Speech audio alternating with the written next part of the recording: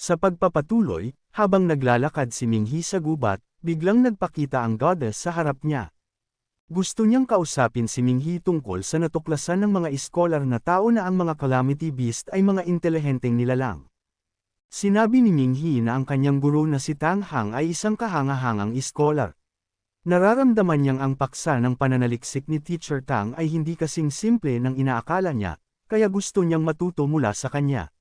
Sinabi ng goddess na si Teacher Tang ay isa sa mga taong tinitingnan ng mga Calamity Beast bilang higit pa sa mga hayop, di tulad ng mga dating guro ni Minghi na ikinumpara ang mga ito sa mga hayop. Ang kamangmangan nila ay kinadidismayaan ng goddess. Tinanong ni Minghi ang goddess kung posible bang malampasan ng sibilisasyon ng mga Calamity Beast ang mga tao sa loob ng 70 taon. Sinabi ng goddess kay Minghi na, ayon sa kanyang kaalaman, ang sibilisasyon ng tao ay dumaan din sa mabilis na pagbabago. Sa loob ng 200 taon, mula sa mga malamig na armas ay nakarating ang tao sa mga mainit na armas, at pagkatapos ay sa panahon ng mga superhuman at advanced na sandata. Ngunit naniniwala siyang tama si Teacher Tang Hang, hindi na lamang mga tao ang tanging uri na pinapaboran ng God. Sinabi ni Minghi sa goddess na nais niya sanang lahat ng sinaunang nilalang ay maging katulad nila, magkasamang namumuhay ng maganda at nagmamahalan. Napansin ng goddess na may mali sa sinabi ni Minghi. Nagalit siya nang maunawaan ang ibig sabihin ni Minghi at galit na tinanong si Minghi kung sino ang nagmamahal sa kanya. Tumawa lamang si Minghi at binaliwala ang tanong niya. Sinabi ni Minghi na nalilito pa rin siya kung bakit kailangang patayin ng mga Calamity Beast ang mga tao. Ipinaliwanag ng goddess kay Minghi na ang isang virus sa sistema ay isang grupo lamang ng inosenteng programa, ngunit ang antivirus software ay hindi ito basta-basta pinapalampas. Inakusahan ni Minghi ang goddess ng pagbaluktot sa konsepto, sinasabing wala pa ring ebidensya na nagpapatunay na ang mga tao ang virus. Tinanong ng goddess si Minghi kung nauunawaan ba niya kung bakit humingi ng tawad si Teacher Tang sa mga dakilang iskolar.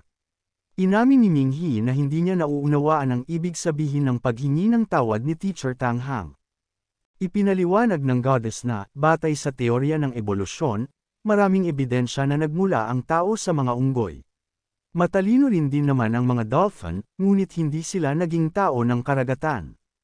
Ang kanilang talino ay hindi mas mababa sa mga unggoy. Kaya ba ito dahil natutunan ng tao kung paano gumamit ng kamay at mga kasangkapan? Sino ang nagbigay ng karapatan sa tao na gawin iyon? Sinabi ni Minghi sa goddess na ang kanyang sinabi ay parang pag-iisip lamang pagkatapos ng isang pangyayari, tulad ng isang meteorite na bumagsak sa isang crater. Sinabi ng goddess na maraming bagay ang hindi mapapatunayan, ngunit maaaring magbigay ito ng mga bagong ideya. At kung lahat ng mga palatandaan ay tumutugma sa isang ideya, lalo nitong pinatitibay ang katotohanan ng ideyang iyon. Tinanong ni Minghi ang goddess kung anong ideya ang tinutukoy niya.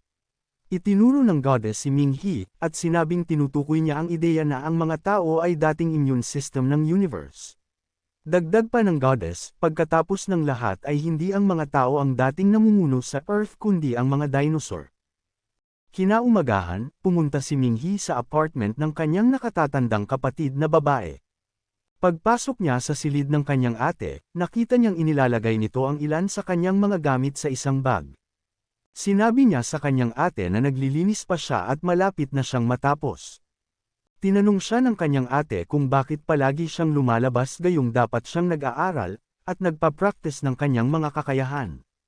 Ipinaliwanag ni Minghi na ito'y para sa isang research topic na kailangan niyang gawin tuwing semester. Sinabi niya sa kanyang ate na pinili niya ang isang paksang talagang kinaiinteresan niya, kaya kailangan niyang lumabas para mangolekta ng mga sample at magsagawa ng masusing pananaliksik.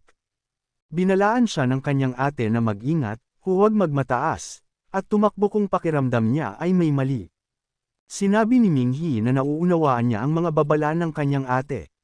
Bigla namang ibinahagi ng kanyang ate na akala niya makakakuha siya ng mga lihim ng estado nang sumali siya sa astronomy team, ngunit ang ginagawa lang pala niya doon ay mag-ayos ng mga documents. Ipinaalala ni Minghi sa kanyang ate na intern pa lang siya at magkakaroon din siya ng mas mahalagang gawain sa hinaharap. Sinabi ng kanyang ate na naniniwala rin siyang ganoon nga.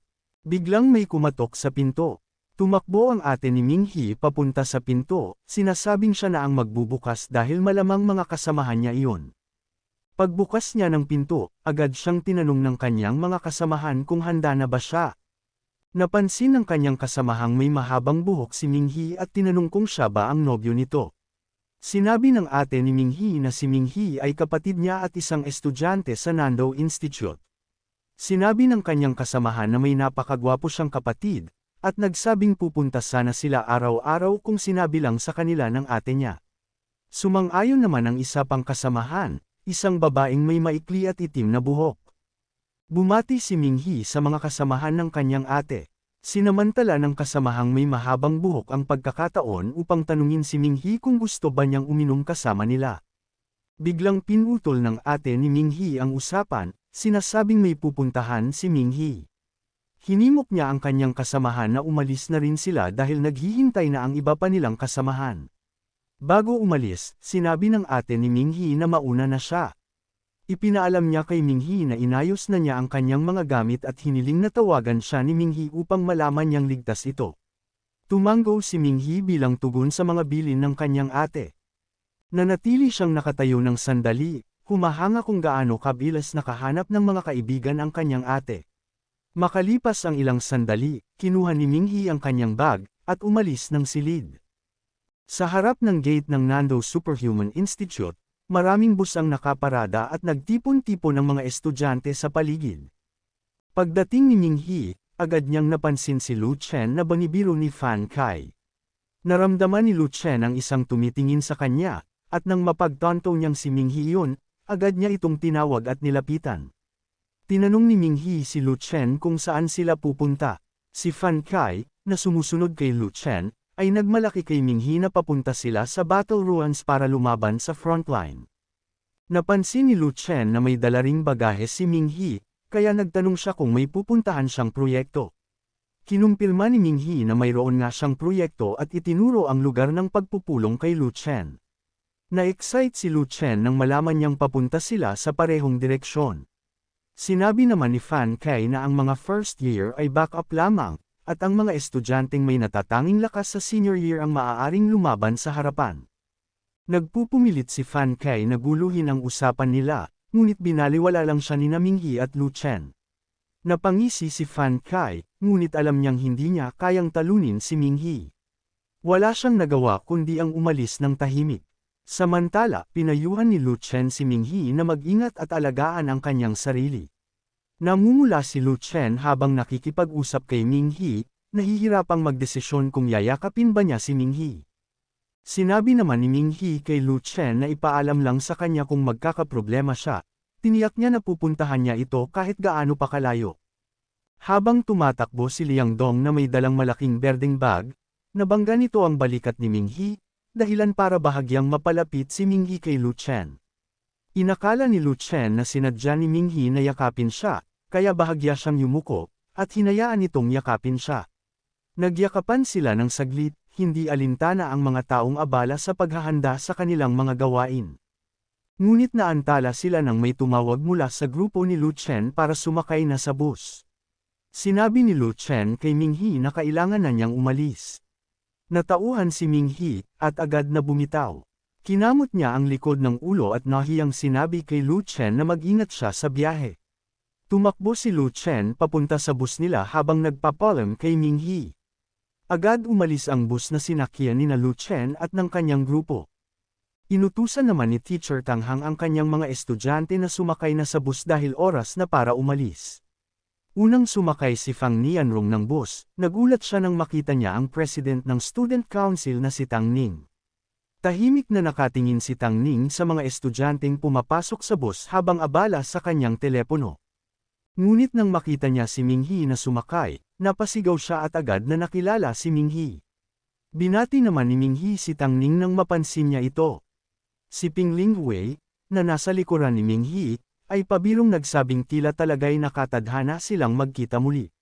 Sinabi niya na hindi magiging boring ang biyahe dahil kasama nila si Tang Ning. Sinabi naman ni Tang Ning na napilitan lamang siyang mag-alaga ng mga freshman dahil sa utos ng kanyang tiyuhin. Ipinaliwanag ni Teacher Tang Hang kay Tang Ning na kahit mahalaga ang nasa frontline, ang pananaliksik na ginagawa nila ay isang malaking ambag din.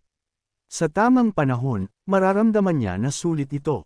Sumagot si Tang Ning na dahil nakatatanda si Teacher Tang Hang, tama siya.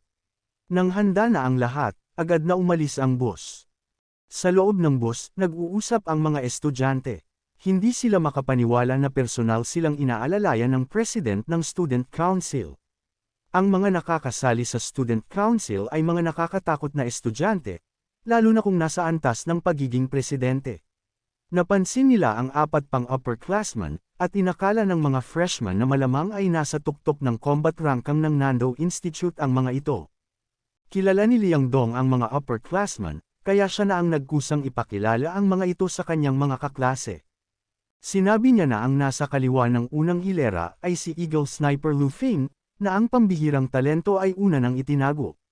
Akala ng iba, magaling lamang siya sa paningin, ngunit nang magkaroon siya ng mas mahusay na Super Sniper Rifle, naging isa siya sa pinakamabangis sa paaralan kaya walang nangangahas na galitin siya. Namangha ang mga freshmen dahil nakita na nila ang pangalan ni Lu Fing sa rangkang sa school forum. Ang upperclassman na may pigtail sa kanan ay si Jiang Wenwen. Binalaan ni Liang Dong ang kanyang mga kaklase na huwag magpadala sa cute niyang pananamit dahil kapag naging seryoso siya, hindi kakayanin ng buong klase ng mga superhuman na talunin siya. Napansin ni Jiang Wenwen ang mga freshmen na pinag-uusapan siya kaya tumayo siya, kumaway, at ngumiti kay Liang Dong. Walang nagawa si Liang Dong kundi ang kumaway pabalik ng may kaunting pagkailang. Tinanong ng babaeng kaklase ni Liang Dong na may kulay gintong buhok kung anong kakayahan ni Jiang Wenwen. Sinabi lang ni Liang Dong na ang dapat niyang malaman ay si Jiang Wenwen ay naglalaro ng apoy. Sumali sa usapan si Fang Nianrong at tinanong kung sino naman ang upperclassman na nakasuot ng tradisyonal na damit. Sinabi ni Liang Dong na si Zia na iyon, isang kabudo archer. Ipinaalam niya kay Fang Nianrong na misteryoso si Zia na, kaya kakaunti lang ang impormasyon tungkol sa kanya. Sunod nilang tinanong kung sino naman ang mukhang batang kalmado na parang nasa junior high. Sinabi ni Liang Dong na si Wu Xiaodang iyon. Hindi sigurado si Liang Dong kung anong kakayahan ni Wu Xiaodang, pero alam niyang nasa top 10 ang combat power ni Wu Xiaodang sa kanilang paaralan. Hindi inaasahan ng mga estudyante na ang kanilang research topic ay babantayan ng napakaraming magagaling na upperclassmen. Dagdag pa ni Pingling Hui na ipinapakita lang nito kung gaano kahalaga sa Nando Institute ang topic ni Teacher Tang Hang. Nang matapos ang usapan ng mga estudyante, nakalabas na sila sa mataong lungsod ng Nando.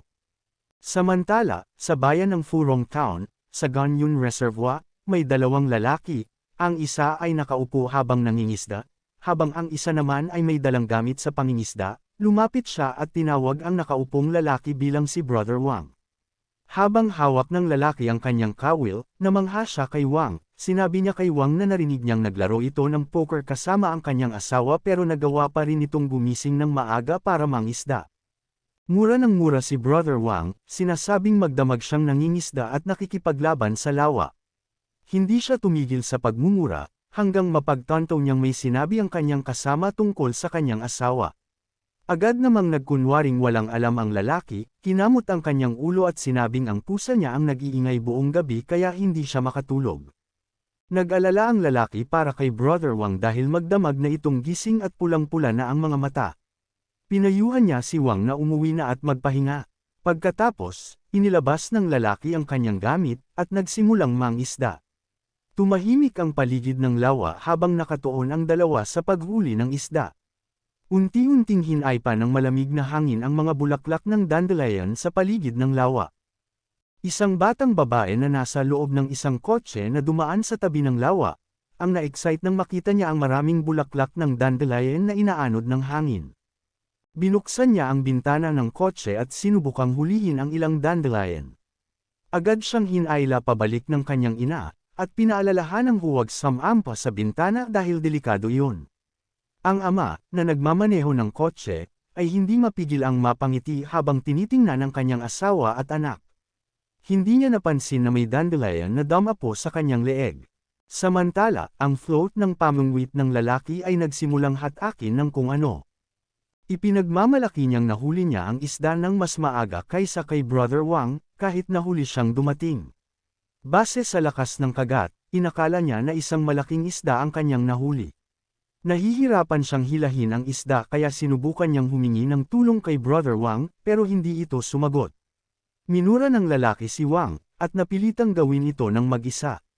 Hinailan niya ang pamungwit gamit ang lahat ng kanyang lakas. Pagkaraan ng ilang sandali, sa wakas ay nahila niya ang isang isda palabas ng tubig. Dahil sa lakas na ginamit ng lalaki, tumilapon ang isda pataas. Kahit nasa ere pa lang ang isda, alam na niya na malaki ito. May kung anong gumagalaw sa loob ng bibig ng isda, at biglang natanggal ang kawit. Agad na kinuha ng lalaki ang isda nang ito'y bumagsak sa harap niya. Namangha siya sa laki nito, pero bago niya ito maimbestigahan ng mabuti, may mga gumagapang na nilalang na lumabas mula sa katawan ng isda. Sa gulat, agad na ibinagsak niya ang isda at napaupo. Pinanood niya ang mga gumagapang na nilalang habang gumagapang ang mga ito palayo sa isda. Pagkaraan ng ilang sandali, ang mga nilalang ay lumubog sa lupa, iniwang tuyot ang isda. Lumapit ang lalaki sa tabi ni Brother Wang, habang ang mga mata niya ay nakatuon pa rin sa isda. Nanginginig niyang tinanong si Brother Wang kung nakita ba nito ang nangyari. Nagtataka ang lalaki kung bakit agad na natuyo ang isda kahit nabuhay pa ito nang mahuli niya. Nang hindi pa rin sumagot si Brother Wang, tinanong ng lalaki kung iniisip pa rin ba nito ang kanyang asawa. Sa wakas, napansin niyang may kakaiba kay Wang, kaya tumingin siya dito. Halos malagutan nang hininga siya sa nakita. Ang katawan ni Wang ay tuyot na, at ang mga gumagapang na nilalang ay umaalis mula sa mga paa ni Wang patungo sa lawa. Agad na tumakbo ang lalaki, iniwan ang lahat ng kanyang gamit. Samantala, nasa biyahe pa rin ang grupo ni Teacher Tang hang papunta sa kanilang destinasyon. Tinanong ni Fang Nianrong ang kanyang guro kung anong klaseng sample ang kanilang kokolektahin. Sinabi ni Teacher Tang, na kukuha sila ng isang karaniwang halaman.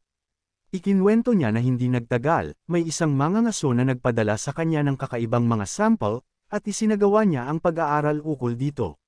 Napag-alaman niyang ang mga halamang iyon ay agresibo. Nagtaka si Fang Nianrong kung ano ang ibig sabihin ni Teacher Tang, iniisip na ang kaharian ng mga halaman ay natural na agresibo. Maraming mga punong abot langit ang pinalalawak ang kanilang mga sanga upang palakasin ang kanilang paglago. Sinasapawan ng mga mas maliit na puno mula sa araw at pinapabayang mamatay ang mga ito. Sa ganitong paraan, sila lamang ang nakikinabang sa sustansya ng lupa. Sinabi ni Teacher Tang na tama si Fang Nianrong. Mayroon ding kompetisyon sa pagitan ng mga halaman. Ngunit nilinaw niya na ang sample niya ay hindi tungkol sa agresyon sa pagsisiksikan para sa araw at lupa. Sa halip, ang sample niya ay lubhang agresibo sa kaharian ng mga hayop. Katulad ito ng mga carnivorous na halaman, ngunit hindi ito nangangaso ng mga langaw o gamo-gamo kundi ng malalaking hayop, kabilang na ang mga tao. Pagkatapos ng paliwanag ni Teacher Tang, biglang may isang deer na tumawid sa kalsada. Nagulat ang driver at hindi nito napigilan ang bus sa tamang oras. Hindi naiwasan at nabangga ang isang deer, na nagdulot ng pagkabasag ng salamin ng windshield, at nagkalat ang maliliit na piraso nito. Agad na tumayo si Ziana, at tinanong ang driver kung may halimaw ba na umatake sa bus. Ipinaalam ng driver kay Ziana na isa lamang ligaw na wild deer ang biglaang tumakbo mula sa gilid ng kalsada. Inutusan ni Tang Ning si Ziana na lumabas at tingnan ang sitwasyon, at sinabi niya sa iba na manatili sa loob ng bus. Siniguro ng driver sa kanila na wild deer lang iyon at walang dahilan upang mag-imbestiga pa. Paalala ni Lu Fing sa driver na malapit na sila sa battle ruins kaya hindi dapat binabaliwala ang ganitong mga insidente. Nang makalabas si Ziana sa bus, nakita niya ang nabaling sungay ng deer, mga piraso ng basag na salamin, at bakas ng dugo. Nagulat siya na nagawa pang tumakbo ng deer kahit sa tindi ng impact. Sinundan niya ang bakas ng dugo, ngunit hindi siya nagpunta ng masyadong malayo sa gubat. Iniisip ni Ziana na hindi na magtatagal ang wild deer dahil sa natamo nitong pinsala, kaya tumigil na siya sa paghahanap, at agad na bumalik sa bus. Sinabi niya sa lahat sa loob ng bus na wild deer lamang iyon at hindi malaking banta. Tinanong siya ni Tang Ning kung ano ang nangyari sa bangkay. Ipinaalam ni Ziana na hindi namatay ang wild deer kundi tumakbo ito papunta sa gubat. Tinanong naman ni Tang Ning ang driver kung kaya pa ba ng bus na makarating sa kanilang destinasyon. Sinabi naman ng driver na maayos pa ang bus, at ang banggaan ay sa kabilang bahagi nito kaya hindi ito makakaapekto sa kanilang biyahe. Dagdag pa niya, napakaraming wild deer sa bundok na iyon kaya madalas nangyayari ang ganitong aksidente sa kalsadang iyon. Matapos masigurong maayos ang lahat, nagpatuloy sila sa kanilang biyahe. Pagkaandar ng bus, isang wild deer na may nabaling sungay ang sumilip mula sa gilid ng kalsada. Tinitigan nito ang bus, malinaw na ipinapakita ang galit nito sa bus at sa mga taong nasa loob.